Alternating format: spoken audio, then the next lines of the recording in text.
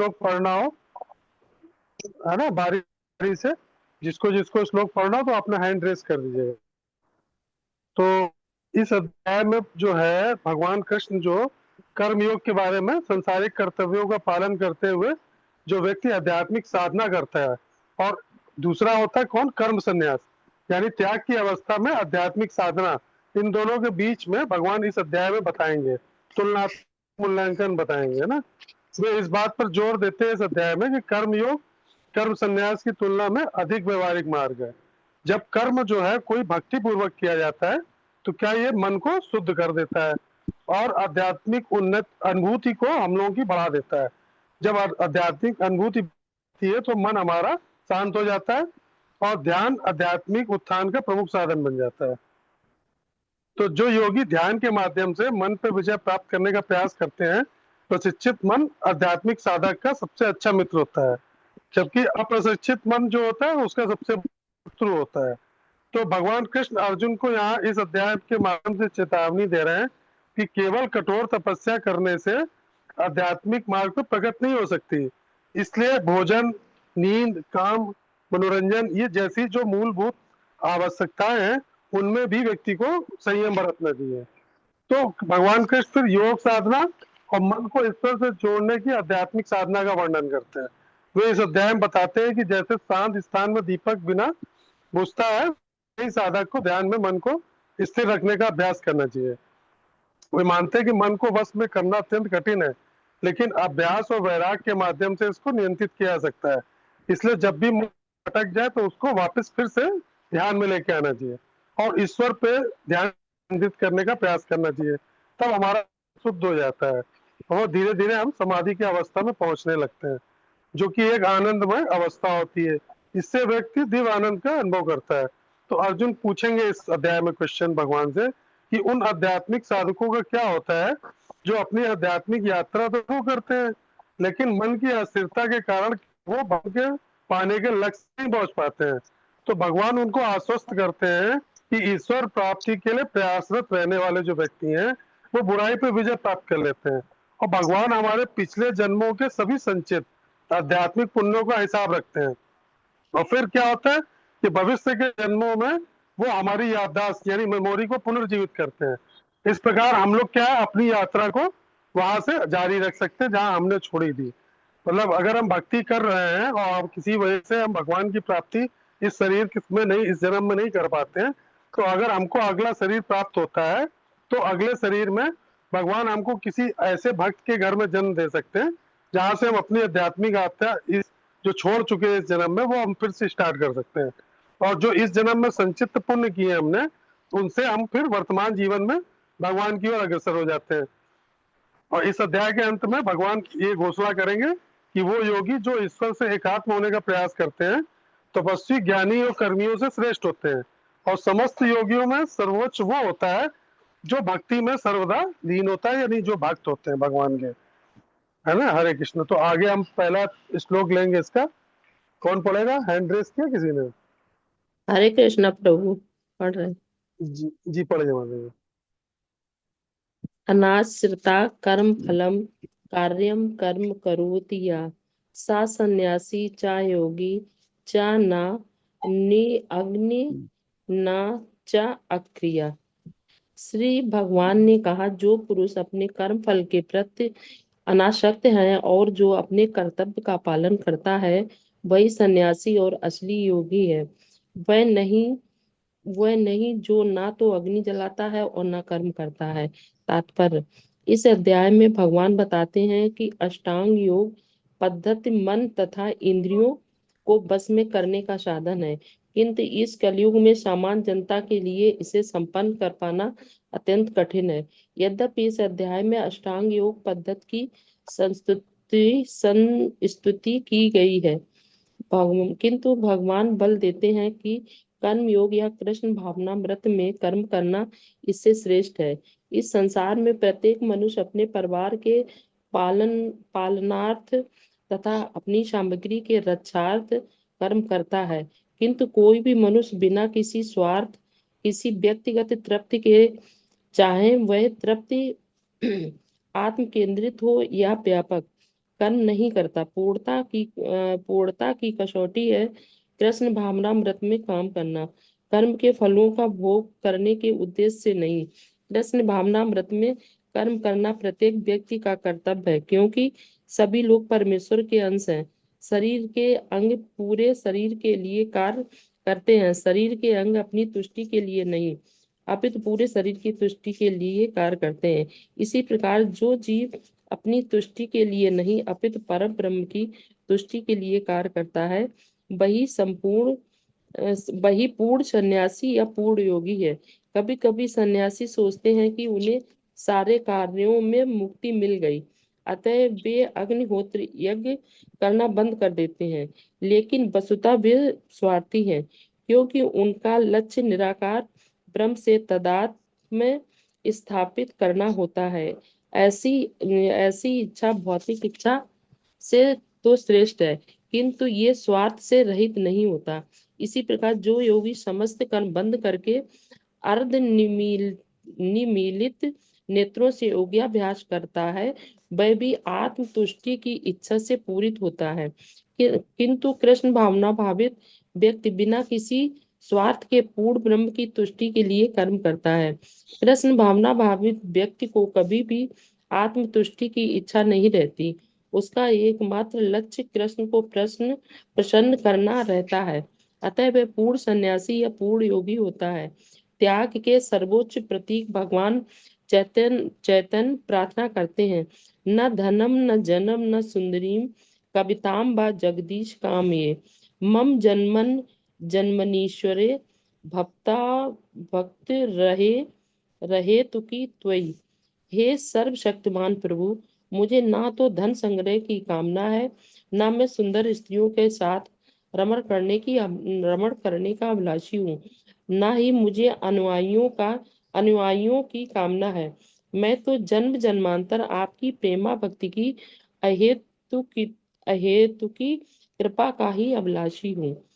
हरे कृष्ण प्रभु।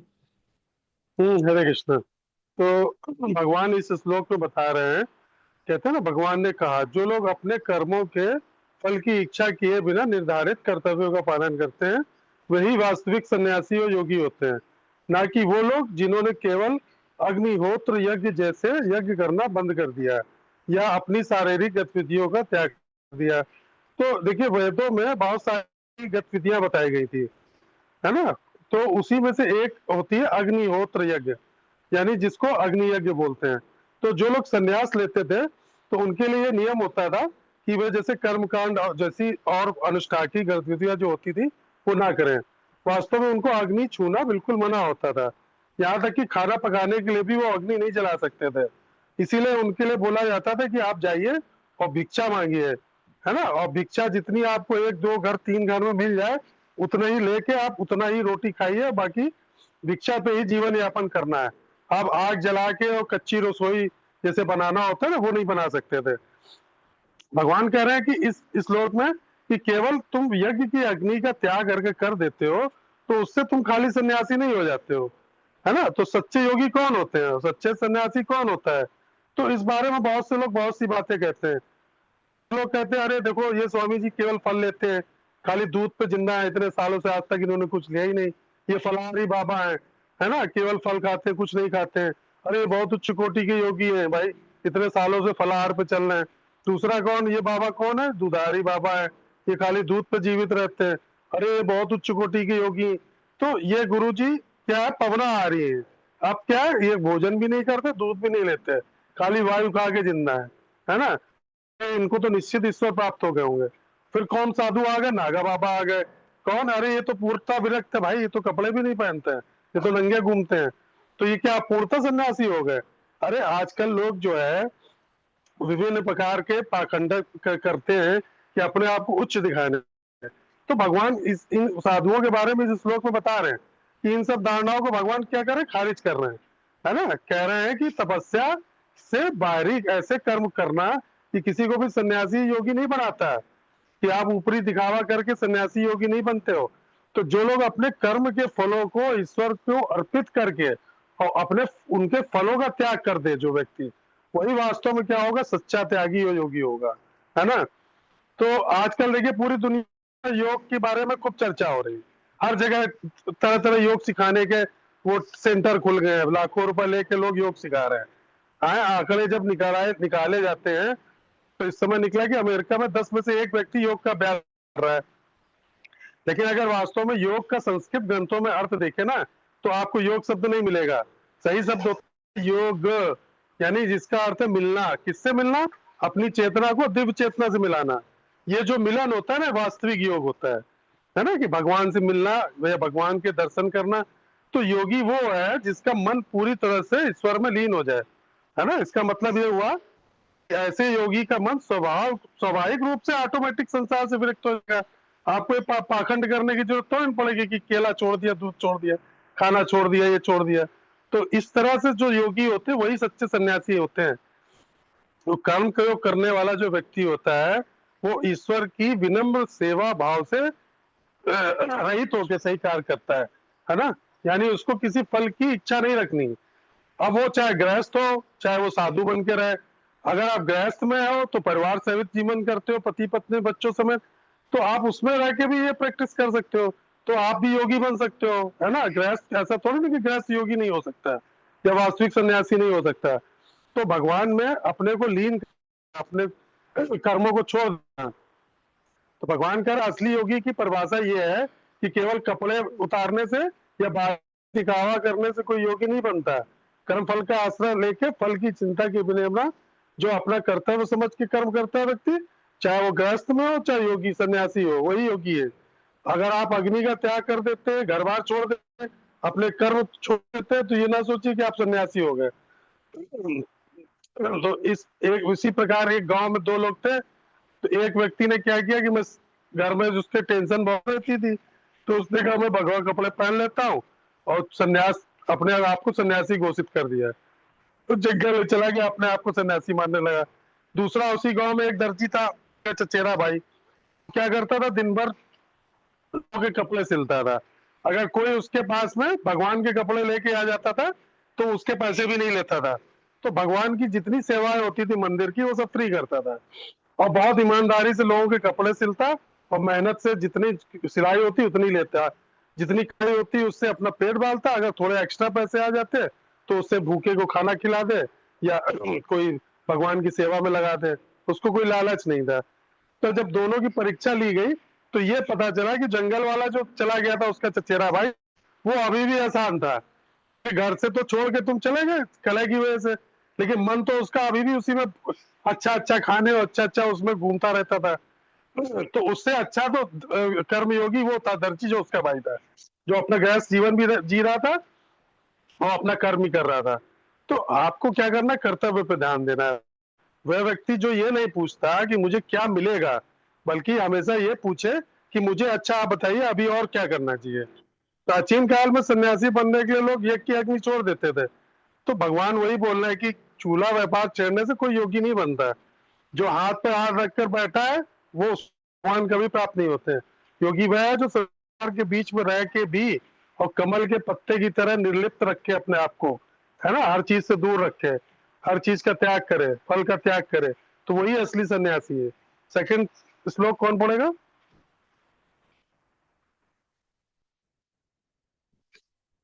कौन पढ़ रहा है?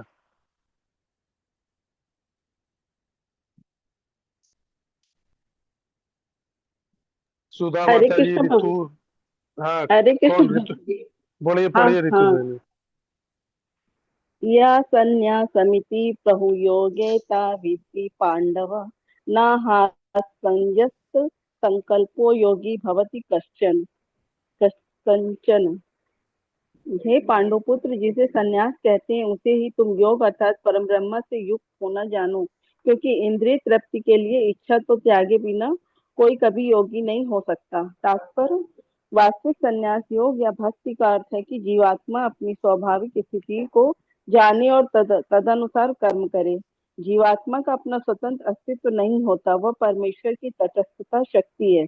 जब वह माया के वशीभूत होता है तो वह वृद्ध हो जाता है, किंतु जब वह कृष्ण भावना भावित रहता है अर्थात आध्यात्मिक शक्ति में सजग रहता है, तो वह अपनी सहज स्थिति में होता है। इस प्रकार जब मनुष्य पूर्ण ज्ञान में होता है तो वो समस्त इंद्रिय तृप्ति को त्याग देता है, अर्थात समस्त इंद्रिय तृप्ति के कार्यकलापों का परित्याग कर देता है। इसका अभ्यास योगी करते हैं जो इंद्रियों को भौतिक आसक्ति से रोकते हैं। किंतु कृष्ण भावना भावित व्यक्ति को तो ऐसी किसी भी वस्तु में अपनी इंद्रिय लगाने का अवसर ही नहीं मिलता जो कृष्ण के निर्मित अच्छा लेट के देखो आराम से।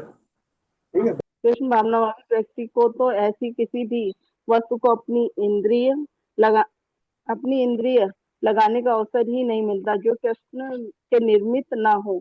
फलतः कृष्ण भावना भावित व्यक्ति सन्यासी तथा योगी साथ साथ होता है। ज्ञान तथा इंद्रिय निग्रह योग के ये दोनों प्रयोजन कृष्ण भावनामृत द्वारा स्वतः पूरे हो जाते हैं। यदि मनुष्य स्वार्थ का त्याग नहीं कर पाता तो ज्ञान तथा योग व्यर्थ रहते हैं। जीवात्मा का मुख्य ध्येय तो समस्त प्रकार की आत्मतृप्ति को त्याग कर परमेश्वर की तुष्टि करने के लिए तैयार रहना है। कृष्ण भावना भावित व्यक्ति में किसी प्रकार की आत्मतृप्ति की इच्छा नहीं रहती, वह सदैव परमेश्वर की प्रसन्नता में लगा रहता है। अतः जिसे परमेश्वर के विषय में कुछ भी पता नहीं होता वही स्वार्थ पूर्ति में लगा रहता है, क्योंकि कोई भी निष्क्रिय नहीं रह सकता।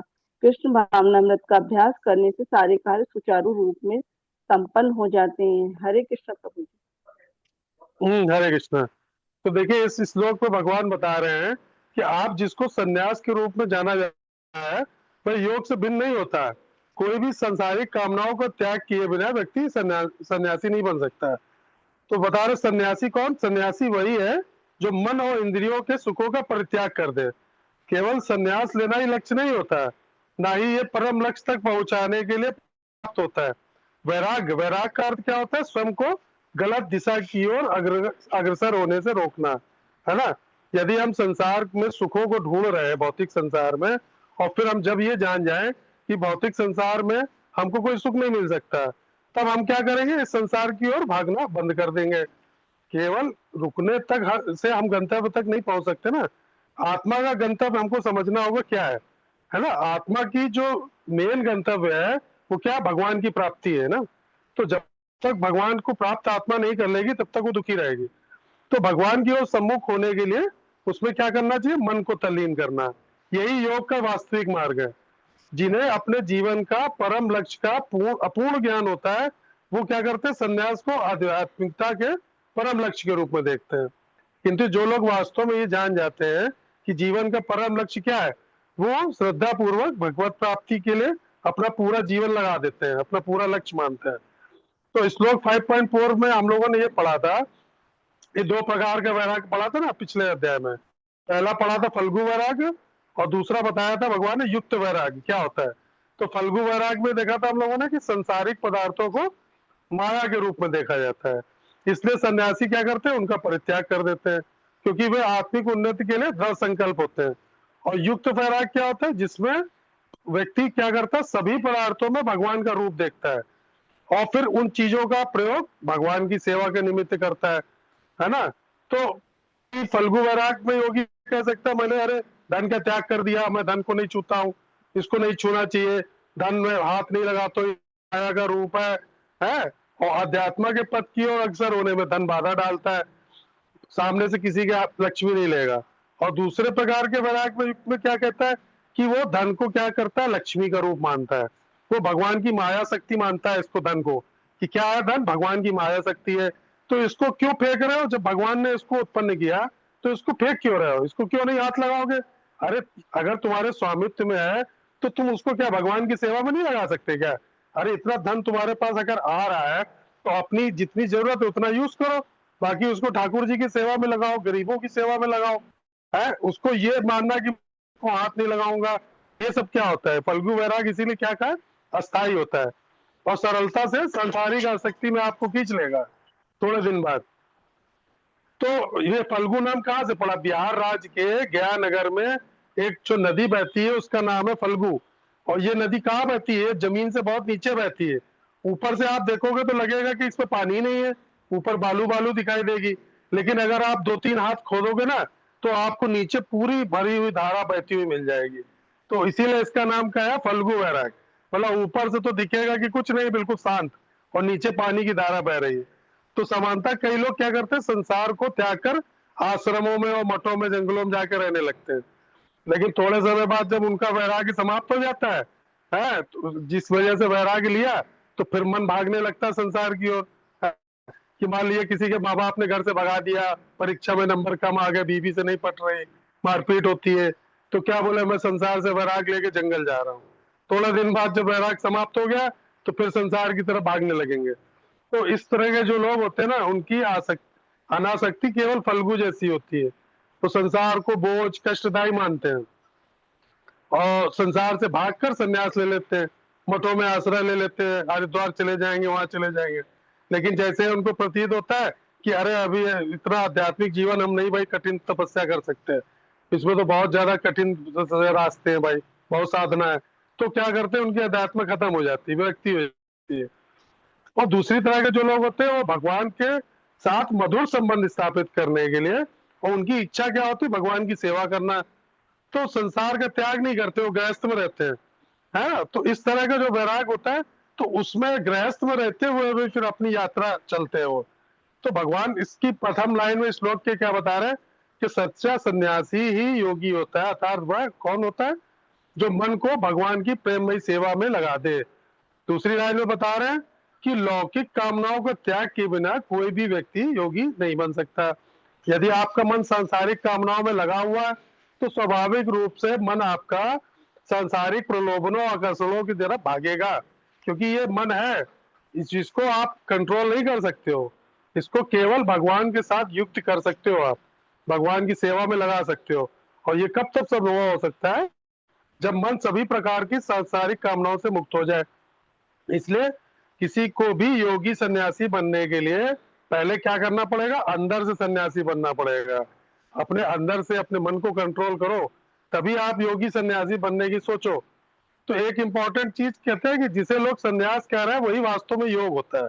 दोनों में अंतर कोई नहीं है, दोनों का लक्ष्य एक ही होता है, लेकिन केवल तब होगा जब मन और इच्छाओं का आप त्याग करोगे, है ना। तो एक बार क्या हुआ, एक व्यक्ति नाव चलाता था, तो वो उसको क्या हुआ, एक दिन रात में उसने सोचा कि चलो यहाँ बहुत ज्यादा माहौल खराब है, थोड़ा शांति के लिए बीच में टापू बना है, वहां चलते नाव लेके। वो अपना नाव में बैठ गया और चप्पू चलाता रहा रात भर अंधेरे में।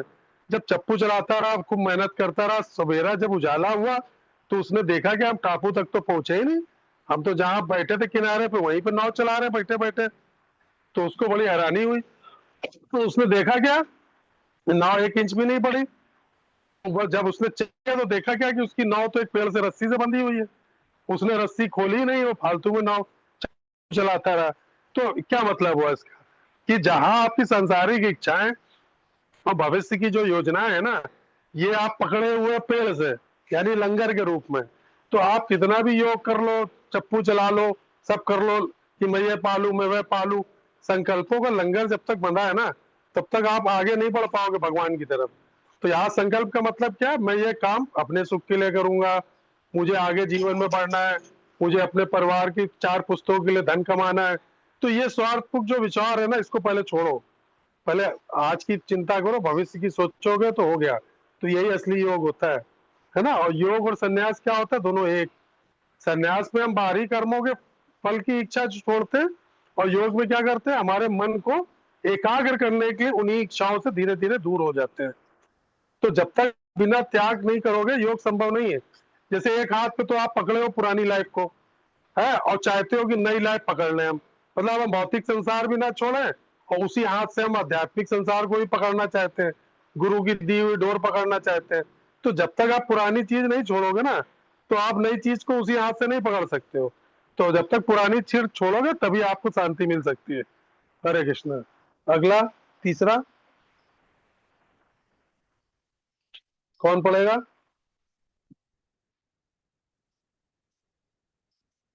सुधा माता आप पढ़ेंगे।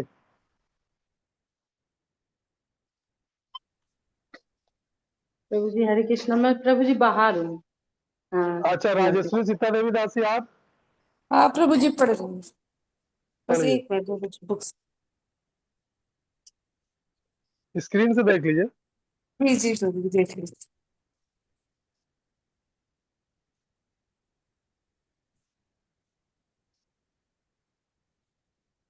आरुर्छो मुनिये योगं कर्म कारणमुच्यते योगारूढस्य तस्यैव समाः कारणमुच्यते। अनुवाद। अष्टांग योग के प्रारंभिक साधक के लिए कर्म साधन कहा जाता है और योगारूढ़ साधक के लिए प्राकृतिक क्रियाओं को संपूर्ण रूप से त्याग देना हेतु कहा जाता है। हरे कृष्णा। तात्पर्य श्रील प्रभुपाद द्वारा। श्री भगवान से युक्त होने की पद्धति का नाम योग है। यह उस निश्रेणी सीढ़ी के समान है जिसपे परमोच्च तत्व की अनुभूति होती है। जीव की सबसे अधम अवस्था से प्रारंभ होकर यह अन्य श्रेणी शुद्ध परमार्थ में पूर्ण स्वरूप साक्षात्कार तक जाती है। विविध स्तरों के अनुसार इसके सोपान के भिन्न भिन्न नाम हैं। इस संपूर्ण योग सीढ़ी के 3 भाग हैं: ज्ञान योग, ध्यान योग तथा भक्ति योग।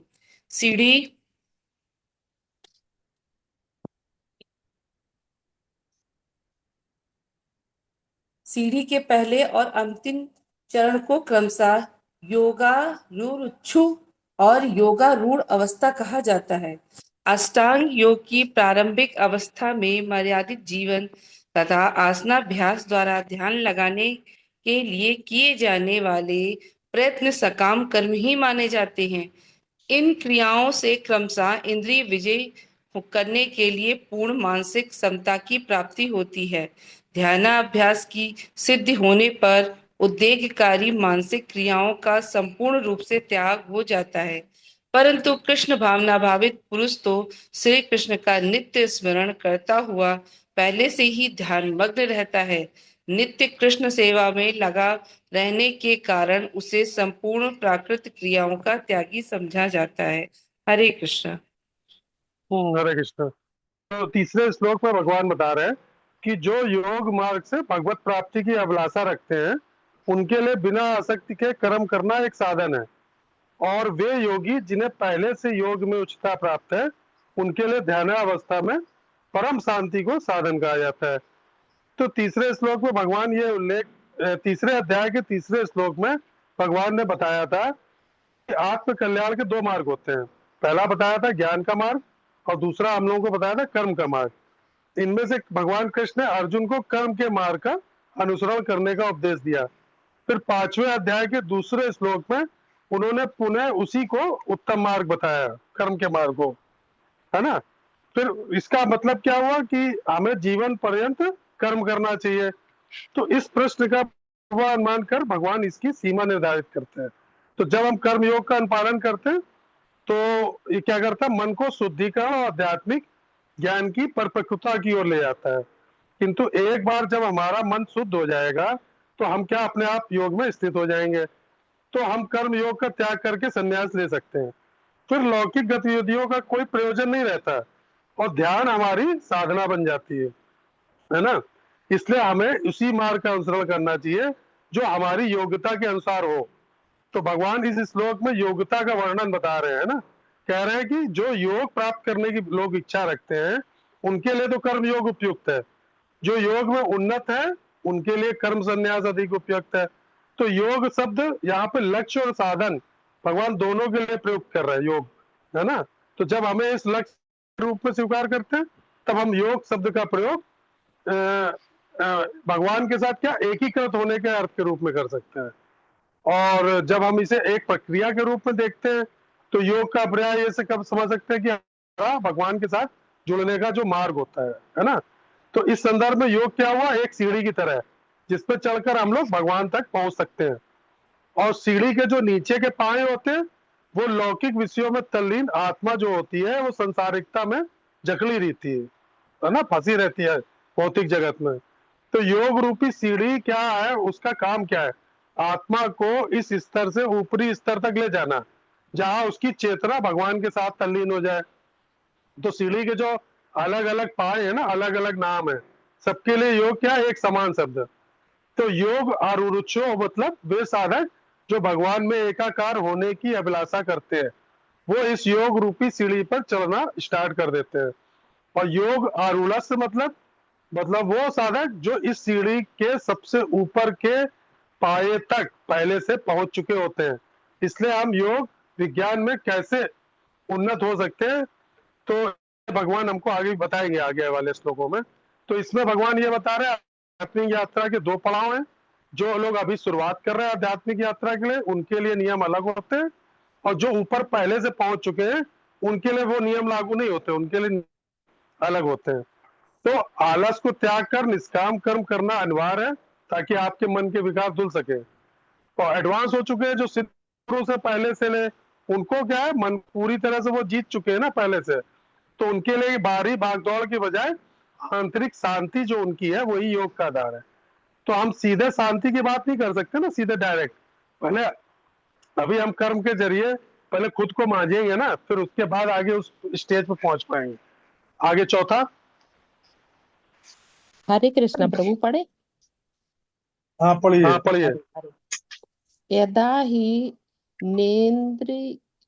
न इंद्रियार्थेषु न कर्म स्वानुसज्जते सर्व संकल्प सन्यासी योगारूढ़ दोच्यते। जब कोई पुरुष समस्त भौतिक इच्छाओं का त्याग करके ना तो इंद्रिय तृप्ति के लिए कार्य करता है और न सकाम कर्मों में प्रवृत्त होता है, तो वह योगारूढ़ कहलाता है। तात्पर्य, जब मनुष्य भगवान की दिव्य प्रेमा शक्ति में पूरी तरह लगा रहता है तो वह अपने आप में प्रसन्न रहता है, और इस तरह वह इंद्रिय तृप्ति या सकाम कर्म में प्रवृत्त नहीं होता। अन्यथा इंद्रिय तृप्ति में लगना ही पड़ता है, क्योंकि कर्म किए बिना कोई रह नहीं सकता। बिना कृष्ण भावना मृत के मनुष्य सदैव स्वार्थ में तत्पर रहता है, किंतु कृष्ण भावना भावित व्यक्ति कृष्ण की प्रसन्नता के लिए ही सब कुछ करता है। फलतः वह इंद्रिय तृप्ति से पूरी तरह विरक्त रहता है। जिसे ऐसी अनुभूति प्राप्त नहीं है, उसे चाहिए कि भौतिक इच्छाओं से बचे रहने का ये यंत्रवत प्रयास करे, तभी ये योग की सीढ़ी से ऊपर पहुंच सकता है। हरे कृष्ण प्रभु। हरे कृष्ण। तो देखिए इस श्लोक में भगवान क्या बता रहे हैं कि जब कोई मनुष्य ना तो भौतिक विषयों में और ना ही कर्मों के अनुपालन में आसक्त होता है ना, तो वैसा जो मनुष्य होगा वो कर्म फलों की सभी इच्छाओं का त्याग करने के कारण योग मार्ग में आरूढ़ कहलाता है। और जब हमारा मन भगवान में अनुरक्त हो जाता है, तब यह स्वतः संसार से अपने आप विरक्त हो जाएगा। तो किसी के मन की दशा का मूल्यांकन यह निरीक्षण करके किया जा सकता है, क्या उसका मन सभी प्रकार की लौकिक कामनाओं के चिंतन से मुक्त हो गया है।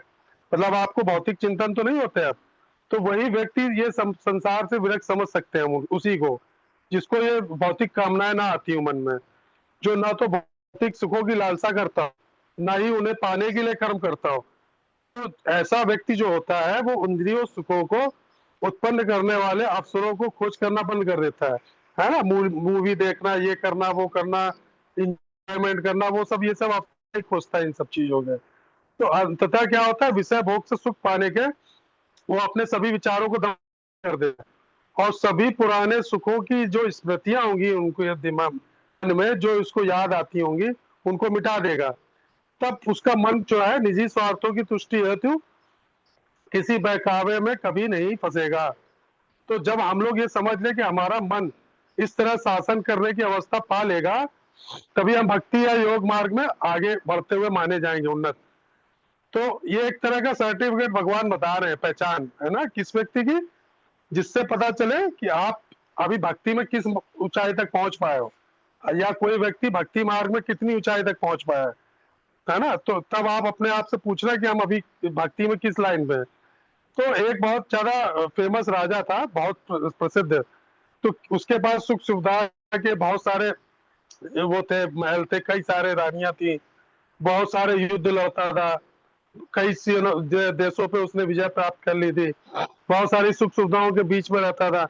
लेकिन उसके बीच में रहते हुए भी प्रजा के बारे में सोचता था वो, है ना। हर व्यक्ति लोग क्या सोचते थे कि राजा अरे बहुत भोगी, देखो इतनी रानियां रखे, इतने सारे महल है, क्या बढ़िया आराम से खाता है, रेशमी बिस्तर है, क्या पावर है उसके पास।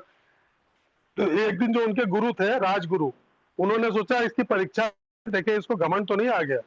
तो उन्होंने देखा जाके कि राजा भोजन तो कर रहा था, लेकिन उसको खाने के बीच में अगर कोई बेस्वाद चीज भी आ रही थी तो उससे उसके चेहरे पे कोई एक्सप्रेशन नहीं पड़ रहा था कि अगर कोई खराब चीज भी उसको दे दी जाए तो वो रसोई पे चिल्लाने लगे।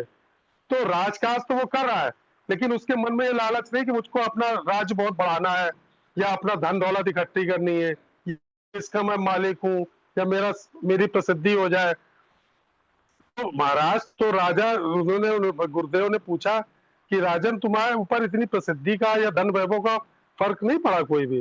तो बोला महाराज जैसे तो एक नौकर हूँ, आप हटा के किसी और को बैठा सकते हो, तो मैं आपके सेवक की तरह इस राज को चला रहा हूँ, है ना। तो आपने जो मुझे ज्ञान दिया था कि मैं उसको इस राज्य को भी भगवान का ही समझ के यहाँ राज में बैठता हूँ।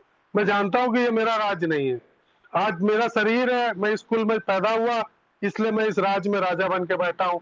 कल मेरा शरीर छूट जाएगा तो किसी दूसरे राज्य में भिखारी बन के भी पैदा हो सकता हूँ। तो मैं इसलिए अपने मन को इसमें फंसाता नहीं हूँ।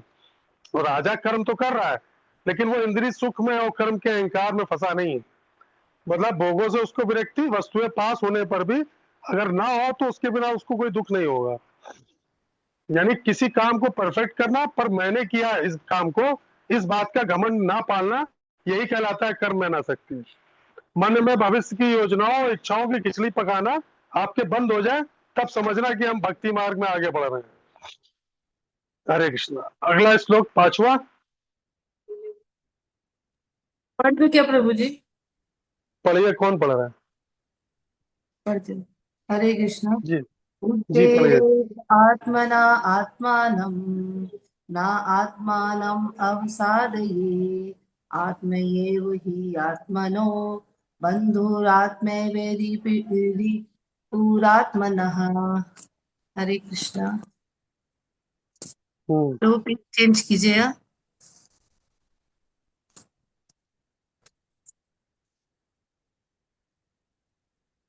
अनुवाद। मनुष्य अपने मन के द्वारा अपना उद्धार करे, अपने को दुर्गति न पहुंचाए, क्योंकि मन ही बद्ध जीव का मित्र है और मन ही उसका शत्रु है। तात्पर्य सील प्रभुपाद द्वारा। संदर्भ के अनुसार आत्मा शब्द का प्रयोग शरीर, मन अथवा आत्मा के अर्थ में होता है। योग पद्धति में मन का विशेष महत्व होता है। यहाँ आत्मा शब्द से मन कहा है क्योंकि वह योगाभ्यास का केंद्र है। योग का प्रयोजन मन को वश में करने, इंद्रिय विषयों से खींचना है। यहाँ इस बात पर बल दिया गया है कि मन को इस प्रकार साधना चाहिए जिससे वह अज्ञान सागर से बद्ध जीव का उद्धार कर सके। भव रोग से पीड़ित प्राणी मन इंद्रियों के अधीन है। वास्तव में प्रकृति पर प्रभुत्व करने विषयक मन के मिथ्या अहंकार के कारण ही शुद्ध जीव जड़ जगत में बंधता है। अतः मन को इस प्रकार शिक्षा देनी चाहिए कि वह माया की मिथ्या चमक दमक की ओर आकृष्ट ना हो और बद्ध जीव का उद्धार हो सके। विषय इंद्रिय विषयों में आसक्त होकर अपना अधः पतन नहीं करना चाहिए। विषयों में जितना अधिक आकर्षण होगा उतना ही संसार अधिक बंधनकारी होगा। मोक्ष का सर्वोत्तम पथ यह है कि चित्त से निरंतर कृष्ण भावना मृत में निमग्न रहे। ही पद का प्रयोग इसी बात पर बल देने के लिए किया गया है, अर्थात ऐसा अवश्य अवश्य करना चाहिए। हरे कृष्णा।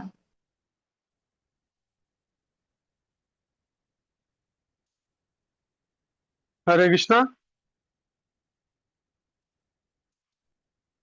जी प्रभु जी, हो गया। हाँ, तो इसमें इस श्लोक में बता रहे हैं कि मन की शक्ति द्वारा आप उत्थान करो भगवान के, और स्वयं का पतन ना होने दो। तो भगवान ये बता रहे हैं कि मन ही जीवात्मा का मित्र भी है और मन ही जीवात्मा का शत्रु, ये दोनों हो सकता है। तो अब हम ये देखते हैं कि हम अपने आत्म उत्थान और पतन के लिए पूरा जिम्मेदार होता है क्या? नहीं, हम खुद स्वयं जिम्मेदार होते हैं। हमारे लिए भगवत प्राप्ति के मार्ग में कोई भी बाधा उत्पन्न नहीं कर सकता। भाई संत और गुरु हमको क्या दिखाते? मार्ग, किंतु हम अपनी इच्छा के मार्ग पे चलना चाहते हैं। हिंदी में एक कहावत कही है ना कि एक पेड़ पर दो पक्षी बैठे, एक गुरु एक चेला, अपनी करनी गुरु उतरे, अपनी करनी चेला। इसका मतलब क्या हुआ कि एक पेड़ पे दो पक्षी बैठे, एक गुरु है और एक उसका चेला। तो गुरु पतन उसके स्वयं के कर्मों से होगा, और चेला भी अगर गिरेगा तो अपने कर्मों से गिरेगा नीचे की ओर। तो इस जन्म से पूर्व हमारे कितने अनंत जन्म हो चुके हैं, हमको याद भी नहीं। और भगवत प्राप्त जो संत होते हैं वो भी सदा धरती पे शुरू से रहे हैं। यदि किसी भी समय संसार ऐसे संतों से अगर विहीन होता तो हम सब आत्माओं को भगवत प्राप्ति हो ही नहीं सकती थी, कभी लोगों का उत्थान हो ही नहीं सकता था भक्ति मार्ग में। तो फिर लोग जो मानव जीवन के परम लक्ष्य भगवत प्राप्ति को कैसे पा सकते थे। इसलिए भगवान ये सुनिश्चित करते हैं कि महापुरुष सदा प्रत्येक युग में विद्यमान रह के निष्ठावान भक्तों का मार्गदर्शन करें और मानवता के प्रेरक बने। इस प्रकार हम अनंत पूर्व जन्मों में कई प्रकार हमको गुरु भी मिले होंगे, संत भी मिले होंगे, किंतु फिर भी हमको क्यों नहीं भगवत प्राप्ति हुई। कभी हमने जानने की कोशिश की? जरूरी थोड़ी ना किसी जन्म में हमको गुरु प्राप्त हुए, पहले नहीं मिले क्या, इसकी कोई गारंटी नहीं। तो इसका मतलब क्या हुआ कि उचित मार्गदर्शन का अभाव पहले भी नहीं था, आज भी नहीं है। तो या इन संतों को उपदेश स्वीकार करने में हम मूर्ख थे, हमने उसका पालन नहीं किया होगा जो संतों ने बोला। तो इसका अनुपालन ना करना ही हमारी समस्या रही होगी, तभी हमारा उद्धार नहीं हो पा रहा, बार बार हमको जन्म लेके इस मृत्युलोक पे आना पड़ रहा है। तो हमें अपनी पहले वर्तमान आध्यात्मिक अवस्था और इसकी कमी को पहले स्वीकार करना पड़ेगा खुद को, कि हमारी कुछ ना कुछ गलती थी, कि हमने आदेश का पालन नहीं किया अपने गुरु या संतों का, उनकी वाणी को गलत समझा या शास्त्रों की अवहेलना करी होगी, कुछ तो किया होगा। तो हमें अपनी वर्तमान अवस्था का जब बोध हो जाता है ना, केवल तभी हमारे अंदर जो आत्मविश्वास जागृत होगा और फिर हम भक्ति के मार्ग में अपना उत्थान कर सकते हैं, आगे प्रगति कर सकते हैं। तो जब हम आध्यात्मिक उन्नति के मार्ग में प्रतिकूलताओं का सामना करते हैं, यानी हमको दिक्कतें जब आती हैं, तो हम शिकायत करने लगते हैं कि ये व्यक्ति हमारे कष्ट का कारण है, अरे ये हमारा शत्रु है, इसकी वजह से मेरी वाइफ की वजह से मेरी भक्ति नहीं हो पाती, मेरे माता पिता हमको नहीं करने देते, दूसरे को दोष देने लगते हैं। लेकिन वास्तविकता क्या है मालूम है कि हमारी भक्ति ना करने के कारण हमारा सबसे बड़ा हमारा अपना मन होता है, विध्वंसता का कारण हमारा यही मन है। और मन क्या करता है, हमको लक्ष्य से भटका देता है और फिर हम दोष दूसरे को देते हैं। तो भगवान कृष्ण क्या कह रहे हैं कि और तो जीवात्मा का जो परम हितैषी है उसके रूप में मन होता है, हमारे परम लाभ प्रदान करने की क्षमता दे सकता है, और दूसरी ओर हमें जो सबसे नुकसान पहुंचा सकता है वो भी मन होता है। तो नियंत्रित मन क्या कर सकता है, वो अद्भुत कार्य पूर्ण कर सकता है। और जो अनियंत्रित मन होता है, जो आपके कंट्रोल में ना हो मन, तो आपको ऐसे ऐसे विचारों में धकेल देगा कि आपकी चेतना को पूरी तरह से खराब कर देगा, है ना। मन में ऐसे ऐसे विचार आएंगे, तो वो मन को आप अपना मित्र भी बना सकते हो, दोस्त भी बना सकते हो। तो उसके लिए क्या करना होगा, पहले आप उसको समझो कि इसकी प्रवृत्ति क्या है। तो मन किसकी प्रवृत्ति क्या होती, चार तत्व होते हैं इसमें। पहला होता है मन, जब इसमें विचार उत्पन्न होते हैं तब इसको मन कहते हैं। दूसरी स्टेज होती है इसकी बुद्धि, जब ये विश्लेषण या निर्णय करने लगता है तब हम उसको बुद्धि कहते हैं कि क्या सही है क्या गलत हमारे लिए, ये हर व्यक्ति को एक बार जरूर बताता है मन। फिर चित्त क्या होता है, जब ये किसी विषय या व्यक्ति के प्रति आसक्त हो जाता है चित्त, तब हम इसको क्या कहते हैं, चित्त।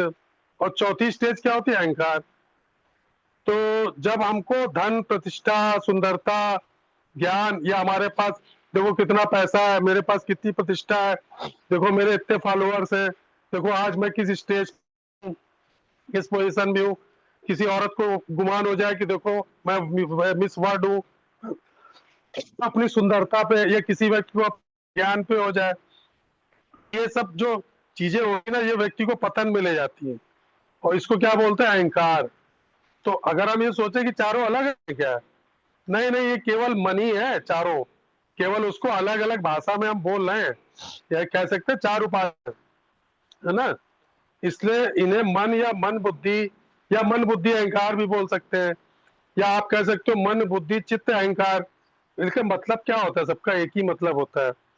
तो मन कैसे कार्य करता है, इसकी इसकी एक बहुत बड़ी चीज पीछे क्या रहती है, संस्कार।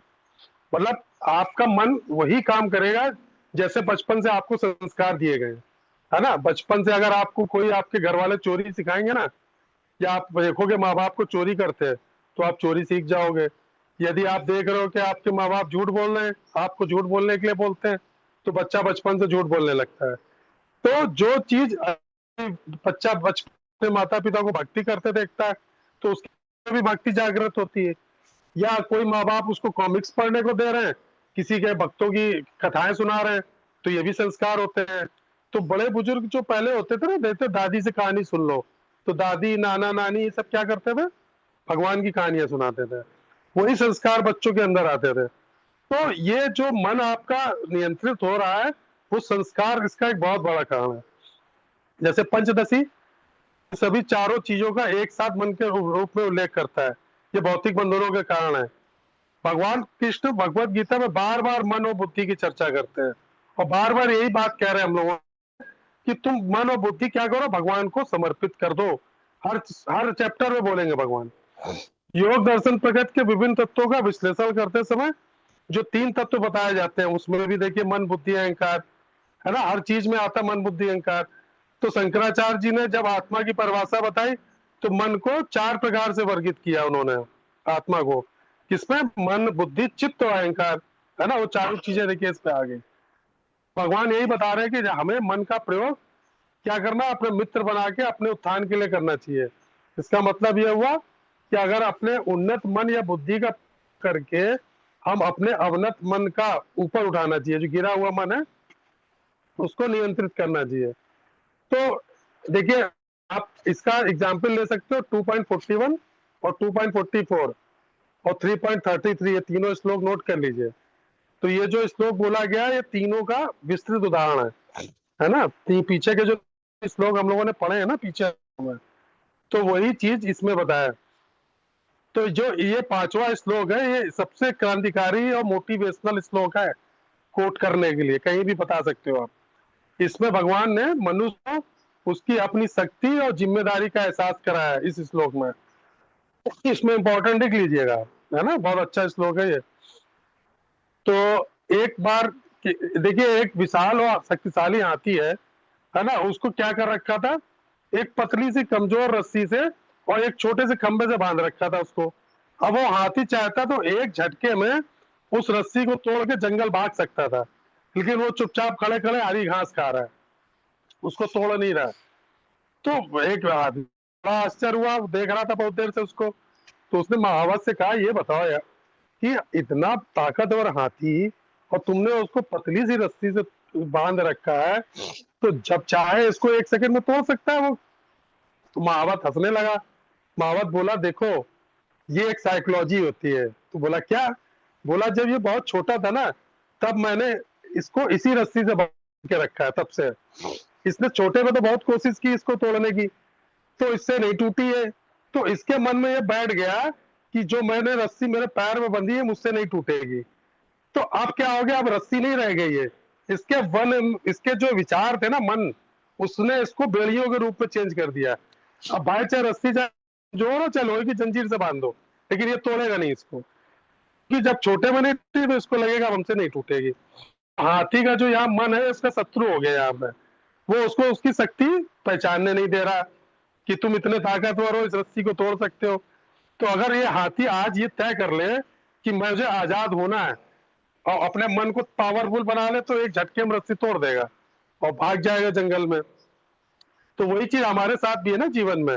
हम लोग क्या करते हैं, देखिए आप सोचिए कभी बैठ के अकेले में हम क्या करते हैं, अपनी बुरी आदतें, पुराने डर है, ये लगा लेते हैं, मुझसे नहीं होगा। हम अपने मन में विचारों से खुद को क्या कर लेते हैं, कमजोर। अरे भक्ति हमसे नहीं हो पाएगी, बड़े नियम काये थे भाई इसमें, पहले चाय छुड़वा देते हैं, फिर ये छुड़ा देते हैं, फिर कहते हैं 16 माला करो, फिर कहते हैं ये करो, अब तुमको ये करना, तुम्हें बाहर का नहीं खाना, तुम्हें ये नहीं खाना। बस क्या हुआ, अरे हमसे नहीं छूटेगी, 30 साल से चाय पी रहे, कैसे छोड़ दें, है ना। अरे हमारे यहाँ तो बिना प्याज लहसुन के भाई खाना नहीं बनता, हमें तो प्याज लहसुन बहुत बहुत पसंद है। तो क्या कर रहे हैं आप, अपने पुरानी जो बुरी आदतें हैं उसको आप छोड़ना चाहते ही नहीं हो ना। तो यहाँ पे क्या हो गया, देखिए मन क्या हो गया, शत्रु। आपने अपने आप को भक्ति के लिए काबिल समझा ही नहीं, आप चाहते नहीं हो कि हमारा मन ये सब चीजें छोड़े, या मेरी जब को जो है स्वाद ना मिले, या बाहर ना खाएं हम ये सब। तो आदमी क्या करता है, उससे अच्छा कहता है अरे छोड़ो भक्ति हम घर में कर लेंगे, हमें ये सब चीजें हमें नहीं चाहिए दीक्षा इच्छा, है ना। हमें ये सब नियम कायदे नहीं चाहिए। तो वो यही चीज इसमें देखिए बताया कि मन क्या आपका शत्रु, आप उसको मित्र बनाना ही नहीं चाहते हो और पुरानी आदतों को छोड़ना नहीं चाहते हो, तो आपका उद्धार कैसे होगा, आप सेल्फ एलिवेट कैसे हो सकते हो, है ना। तो आपकी तरक्की आपके अपने विचारों पर निर्भर करती है। यदि आप अपने आप को खुद को स्ट्रांग मानते हो तो आपका मन आपका दोस्त बन के आपको सही रास्ता दिखाएगा। और पतन कैसे होता है, सेल्फ डिस्ट्रक्शन कैसे होता है, अगर आप अपने आप को कोसने लगो या हर चीज में हार मान लो तो क्या होगा, मन आपको फिर निगेटिव ही चीज दिखाएगा, वो आपको नीचे गिरा के ही मानेगा, नीचे की तरफ ले जाएगा। है तो मन क्या करता है, दोहरी भूमिका, एक टूल की तरह है। यदि आपके वश में है तो आपका दोस्त, अगर बेलगाम हो गया मन आपके उससे तो क्या हो गया, आपका एनिमी, शत्रु हो गया। तो ये चीज हम लोगों को, ये श्लोक बहुत इंपॉर्टेंट है और चीजें बहुत ध्यान रखने वाली हैं, है ना। तो आज 5 ही तक लेंगे, टाइम हो रहा है, फिर अगली बार लेंगे 10 तक। कोई प्रश्न है किसी का आज का? हरे कृष्णा प्रभु जी। समझ में आया प्रभु जी, सबको आज का? प्रभु जी सेशन तो बहुत अच्छा था, समझ में आ गया। तो जैसे आपने फोर्थ श्लोक में डिक्टेट किया था कि हम लोगों को कि मन जो है कि हम जिस चीज की कामना करें, हमको मालूम है कि हमको कामना नहीं करनी है। अब हम लोग अपने ऊपर ले लें तो घर में क्या होता है कि हम लोग के मन में आता है कि ये भी ले लूं, ये सामान ले लूं, ये सामान ले लूं। समझ में भी आता है कि हमको ये नहीं करना है, फिर भी वो हो जाता है कि हाँ, फिर घर गृहस्थी में आते हैं तो लगता है इसकी डिमांड होती है मन में, इस ये चाहिए हमको। हम्म। फिर उसके बाद फिर ये विचार भी आया कि नहीं, हाँ नहीं करना चाहिए, ज्यादा लालच, विरक्त होना चाहिए। फिर लगता है कि अगर हाँ कर रहे हैं, हम्म। फिर हमारी दीक्षा हो गई है, हम भगवान की सेवा में लगे हैं, तो शायद हमको भगवान बचा ले, हमको इस तरह की भी विचार आते हैं कि हमको शायद गिरने से ही बचा ले।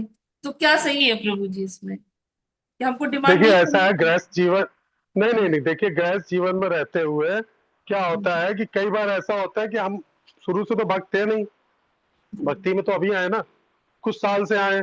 तो जब पुराने संस्कार है वो इतनी जल्दी नहीं जाते हैं, है ना।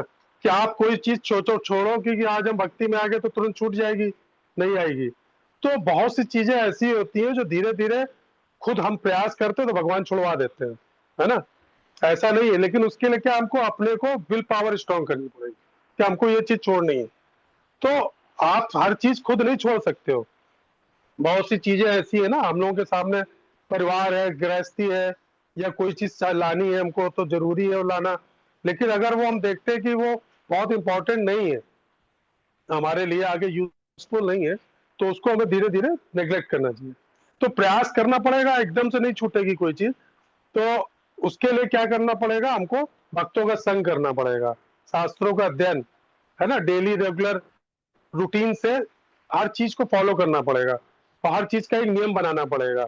अगर ये सब इतना हम लोग नहीं कर सकते कि जैसे अगर मंगला करनी है तो एक टाइम फिक्स कर लीजिए कि सुबह उठ के हमको इतने बजे मंगला करनी है, नियम बनाइए। आप मंदिर तो जा नहीं सकते, तो मंदिर ना जाने का मतलब ये नहीं कि घर में आप टाइम से ना करिए। अरे ठीक है, मंदिर में 4:30 पे होती है, आप 6 बजे कर लो, 7 बजे कर लो।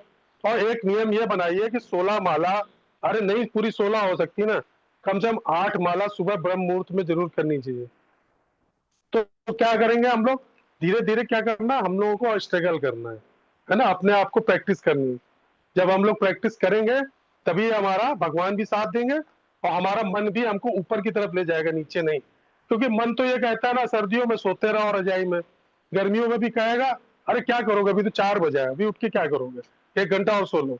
अरे कल बहुत थक गए थे तुम, अरे आज रेस्ट करो थोड़ा, कल से करना, अब कल उठना। तो ये कल कभी नहीं आता। तो इसीलिए आपको थोड़ा सा स्ट्रांग मन को बनाना पड़ेगा, है ना। और फिर छोड़ने के लिए भगवान देखिए इसमें कुछ नहीं कह रहे, भगवान कह रहे गृहस्थ में रहिए, गृहस्थ में रहते हुए जो चीज भगवान से निमित्त है, जुड़ी हुई है, या अपने कर्म को करिए भगवान को सरेंडर करते हुए, समर्पित करते हुए, बस और कुछ नहीं छोड़ना हमको।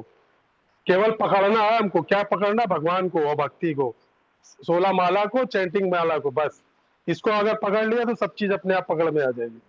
हरे कृष्ण। हरे ठीक कृष्ण। है, समाप्त करें आज। जी, जी, जी। ठीक है, हरे कृष्ण।